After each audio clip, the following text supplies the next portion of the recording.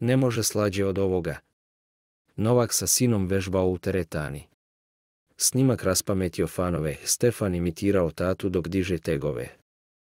Najbolji srpski teniser Novak Đoković nalazi se u Americi gdje se sprema za nastup na prvom Mastersu u sezoni. Nole je u Sjedinjene Američke Države stigao 2 nedelje pre starta turnira u Indian Wellsu kako bi se maksimalno pripremio za nastup na turniru koji je osvajao 5 puta u karijeri. Razdvajanje od porodice mu teško pada, pa mu društvo u Americi prave sin Stefan i ćerkica Tara. Od svojih mališana se ne razdvaja ni na treninzima.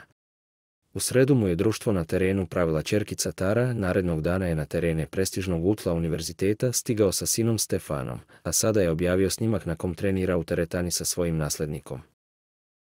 Stefan je imitirao tatu dok podiže tegove i pomno pratio svaki njegov potez.